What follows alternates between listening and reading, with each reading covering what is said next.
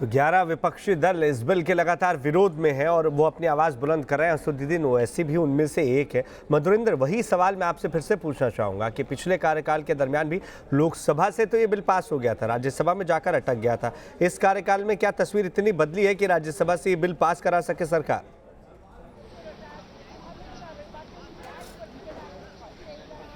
देखिए, बिल्कुल तस्वीर तो जरूर बदली है, क्योंकि सरकार का अपना स्ट्रेंथ जो है वो राज्यसभा में बढ़ा है। और जाहिर तौर पर इस बिल को लेकर अगर हम सरकार के लिए मुश्किलें बताएं तो अब शिवसेना सरकार की पार्टनर नहीं है, तो ये एक बड़ी चुनौती जरूर है। लेकिन जाहिर है कि बीजेडी का समर्थन इस पर हासिल है। इसको लेकर जेडीयू को लेकर भी जो पहले प्रतिरोध था वो इस बार नहीं दिखाई दे रहा है।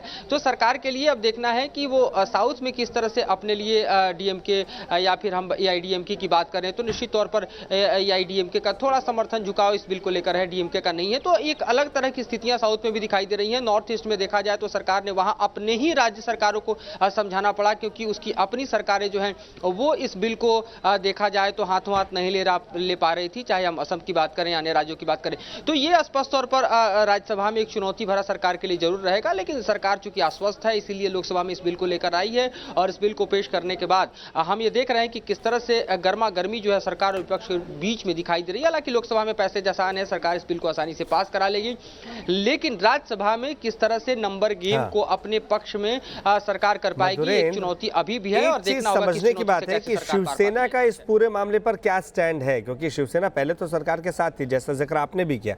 अभी शिवसेना जब कांग्रेस और एनसीपी के साथ मिलकर सरकार बना चुकी है, तो क्या उसके स्टैंड में बदलाव नजर आ रहा है इस बिल को लेकर?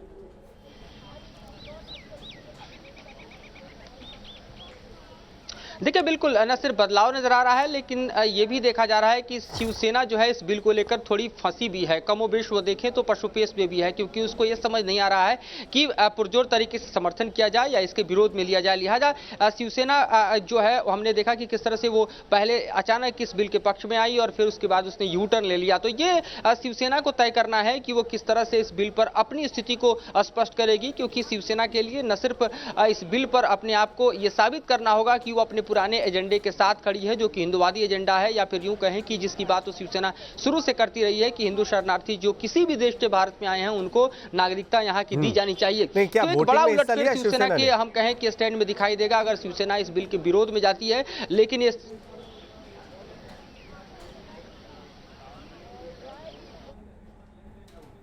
और एक और अपडेट आ रही है, शिवसेना ने सरकार के समर्थन में वोट किया है, जो हम जिक्र कर रहे थे मधुरेंद्र। ये काफी चौंकाने वाली बात है और ये बात खटक सकती है कांग्रेस और एनसीपी को। शिवसेना का सरकार के पक्ष में वोट करना, बिल के पक्ष में वोट करना।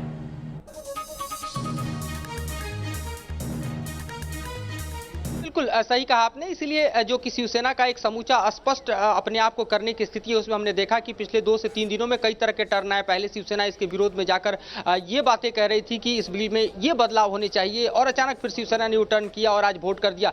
तो शिवसेना के लिए ये मुश्किल भरा समय जरूर है कि वो सरकार में एक तरह से एनसीपी के साथ बनी हुई है और कांग्रेस के साथ बनी हुई है, लेकिन दूसरी तरफ देखा जा रहा है कि वही शिवसेना अपने एजेंडे के साथ भी बना रहना चाहती है। तो ये कॉन्ट्रास्ट है, पार्टी लेवल पे कॉन्ट्रास्ट है, और जाहिर तौर पे सरकार के अपने शिवसेना के फंक्शन में ये एक बड़ी बाधा प्रकट कर सकता है। लेकिन ये सवाल सिर्फ लोकसभा तक सीमित नहीं है, ये सवाल तो बड़ा राज्यसभा में होगा, क्योंकि सवाल इस बात को लेकर है कि राज्यसभा में किस तरह से नंबर गेम का जो समूचा खेल है वो सरकार कर पाएगी और कितने ध्वनि मत से इस बिल को पास कराने में सफल हो पाएगी।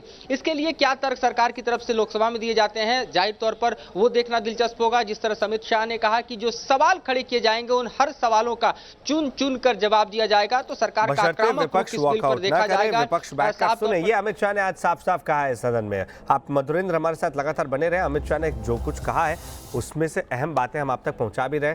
तुरंत लौट रहे हैं, आप लगातार न्यूज नेशन के साथ रहिए।